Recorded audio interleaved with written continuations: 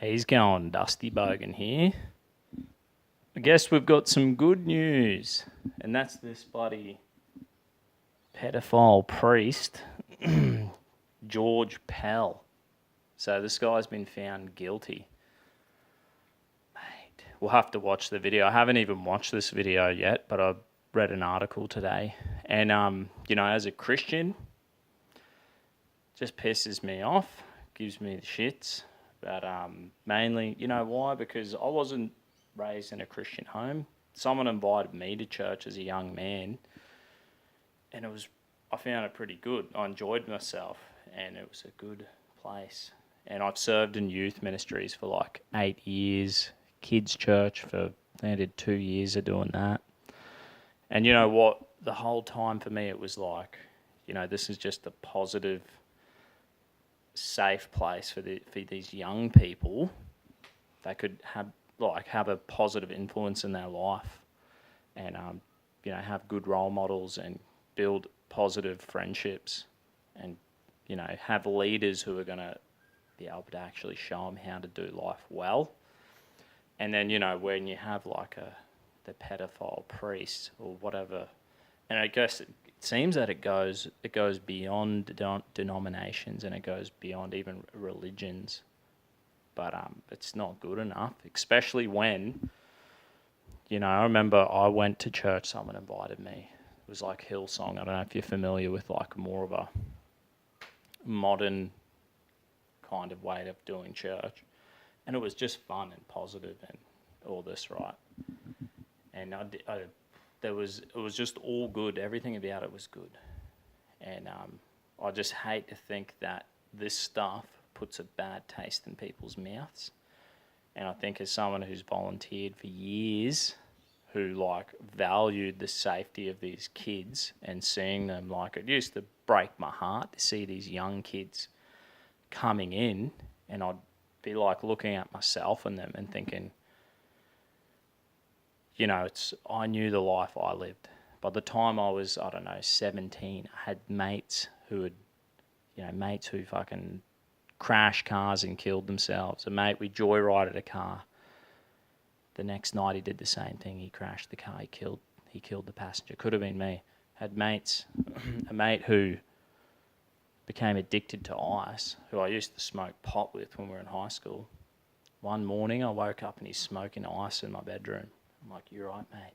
2 weeks later, that dude fucking lost his mind and murdered someone.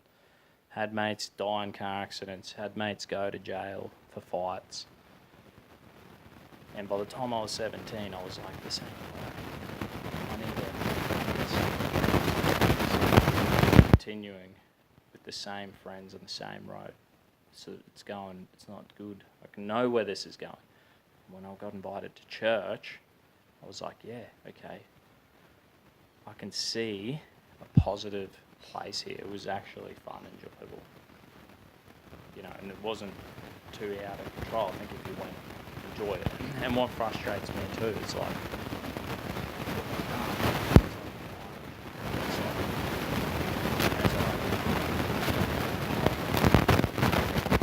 I'd go to Catholic church on Easter and Christmas, you know what I mean? I'd go anytime. I actually enjoy going to Catholic church.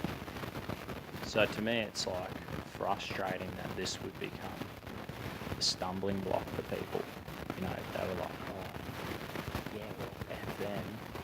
Do you know what I mean? And I totally, you totally agree. But there's, something in the Bible that says that all stumbling blocks will be turned into stepping stones.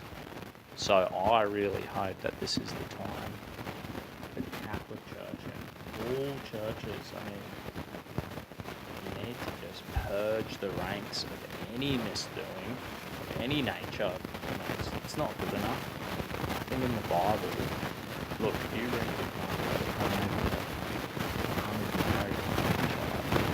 they believe there's nothing in the scriptures. There's nothing in the Christian life. So these people are the wrong thing.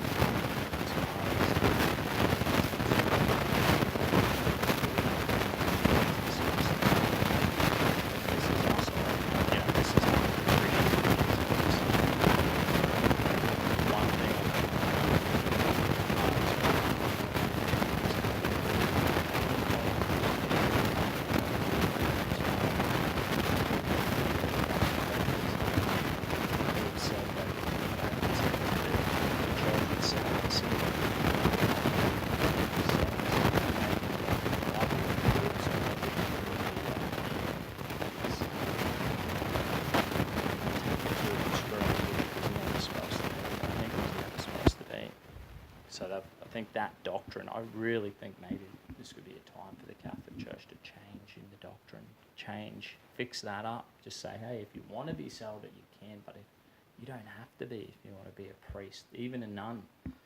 Let them marry. Because, you know, what it's like, people who became priests and they were celibate,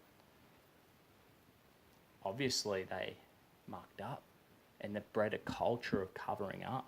Whether it had been heterosexual or homosexual or fucking pedophilia, the culture was wrong. A culture of covering up. Do you know what I mean? And I think that's where the fucking problem has come along, where they really did get that wrong. They weren't listening to the words of Paul. It might be in Corinthians. I think it's in Corinthians that Paul says this. The Apostle Paul, if you're familiar, whatever, in the New Testament. But then again, we've seen this in the Anglican Church. We see it across denominations. Do you know what I mean? We've seen it with fucking Brian Houston's own father was a pedophile. And when Hillsong came to Brisbane, and first thing Brian Houston preached, what he said, he was honest, he said, I'll tell you, the hardest thing in my life was going through this, bang. And he said, my father fucking was a pedophile, broke my heart, it was disgusting, I had to sack my own father, strip him of any title, and the man was just like my hero. It was actually like a fucking demon. You know, he was just like a terrible person. So it happens across denominations. It even happens in non-religious institutions. But I think we need to make sure now's the time. This guy, this freaking dude, he's like one of the most, I think he's the most senior fucking Catholic person to be charged. So they've found him guilty. I was reading it today. They found him guilty, and he's putting in for like, he wants to freaking go again. Whatever you say, he's put in for a retrial, whatever the technical term is anyway. So it's not really good enough. It pisses me off. I hope it's not a stumbling block to people who are like would think, oh yeah, I'd like to go to church, or if your life is fucking not going so great, and you're like me, you're like, fuck, I just can't, I just need him. You know what, sometimes if you want a new life, if you've got like addictions or you've got dramas in your life, you know, you need to change the environment. You need to have a whole new circle of friends. So like going to a church, it can help you get a whole new bunch of friends, and then activities to do, things to do, and you know what I mean? That's where it can be so positive and powerful. But yeah, so how about we watch this, and then we'll have a fucking, I'll give you my bit of a rant. My big bloody dog just bumped this. Anyway, we'll have a listen, eh? Good evening. The unforgivable sins of Australia's highest-ranking Catholic are no longer a secret. Cardinal George Pell, once considered one of the Pope's trusted lieutenants, is facing time in prison after a jury found him guilty of molesting 2 choir boys. George Pell's walk of shame. You're guilty, Cardinal. Absolute pig. Police shielding the Cardinal from abuse outside the county court. You're a monster. Make it rotten hell. After he was finally revealed as a convicted pedophile. Make sure that this never happens again. His legal team fought for months to keep the verdict secret. Now the whole world knows George Pell's crimes against children. He's a freak. He's a pedophile.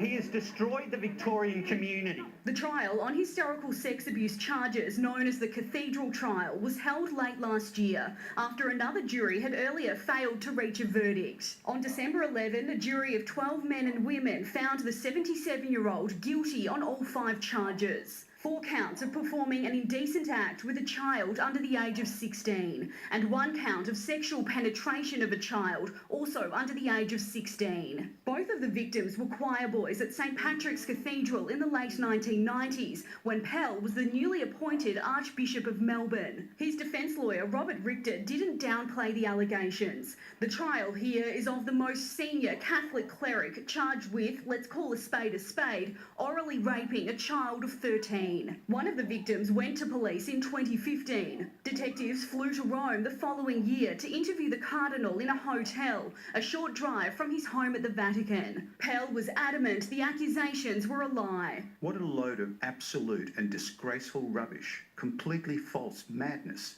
This is fantasy. It didn't happen. The first incident happened on a Sunday in 1996, just after Pell had finished saying Mass at St Patrick's. The two Year 7 choir boys broke off from the procession out of the church and snuck into the off-limits area of the priest's sacristy. They found sacramental wine in a cupboard and started swigging it. The Archbishop walked in and caught them in the act. What are you doing in here?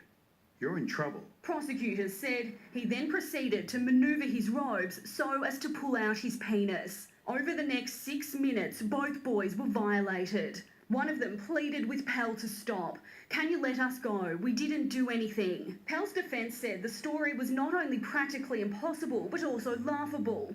Only a madman would attempt to rape boys in the sacristy after Sunday's solemn Mass. His right-hand man, Monsignor Charles Portelli, testified about church protocol, claiming Pell was never left alone dressed in church robes. Pell was wearing those robes during the second assault 1 month later, when he walked past one of the boys inside the church. He shoved me against the wall violently and squeezed my genitals. Nothing was said. It occurred within a matter of seconds. I have experienced shame, loneliness, depression and struggle.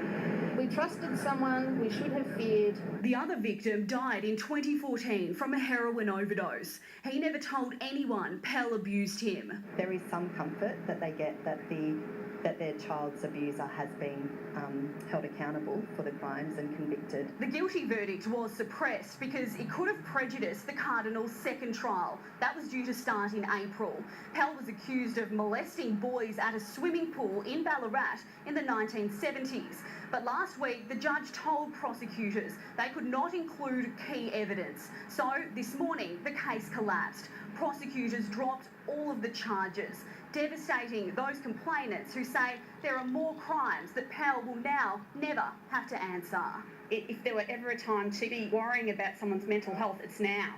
So I'm really concerned. Pell's lawyers today argued the guilty verdict should have remained secret while they lodged an appeal. But their star client eventually relented, paving the way for his very public fall from grace. Literally in a minute or two it turned around, and that sort of power can really only come from the client, Cardinal Pell. Eliza Rugg, 9 News. So it seems like he's said, yep, you can publicly talk about it, so fuck. So they're lodging an appeal, but if he's saying, yeah, the fucking press can know, we can know, seems like the guy's guilty. Seems like he fucking did it.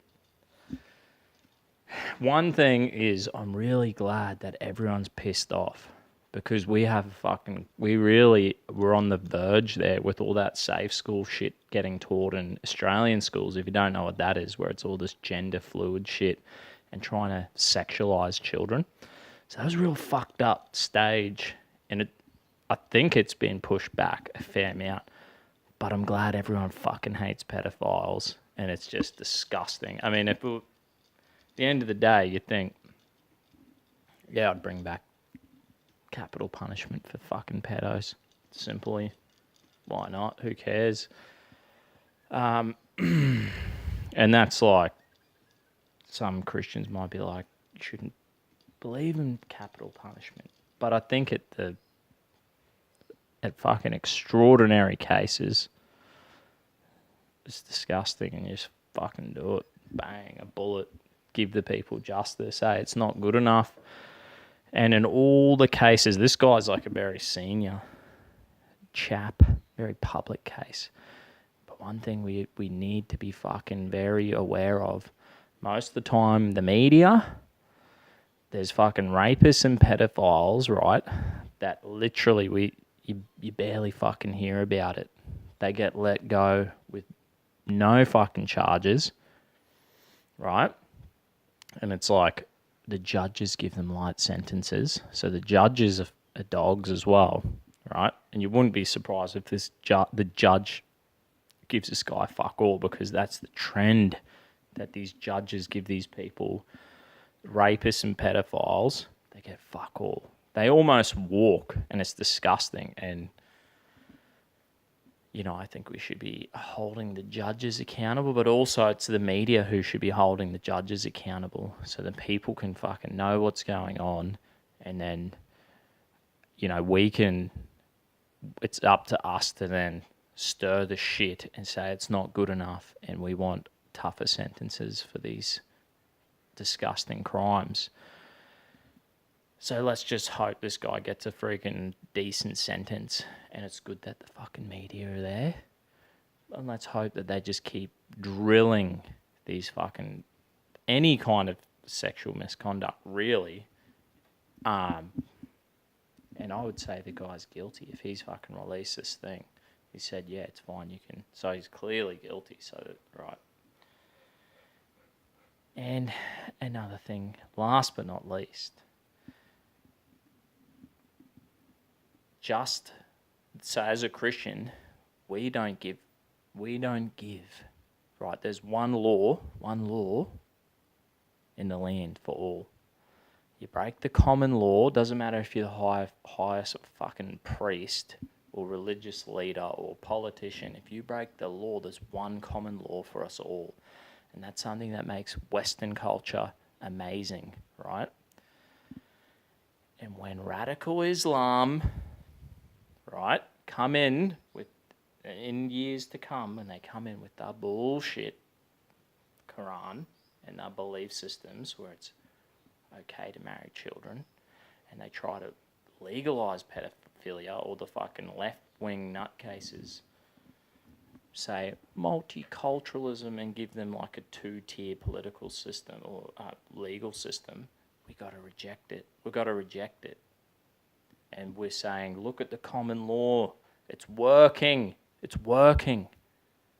And it makes Western society great. And, you know, so I'd say this is bad news. In a sense, it's good news that this dude's finally got fucking charged. And hopefully justice, the people, the victims get justice with a decent sentence. So, cheers, eh?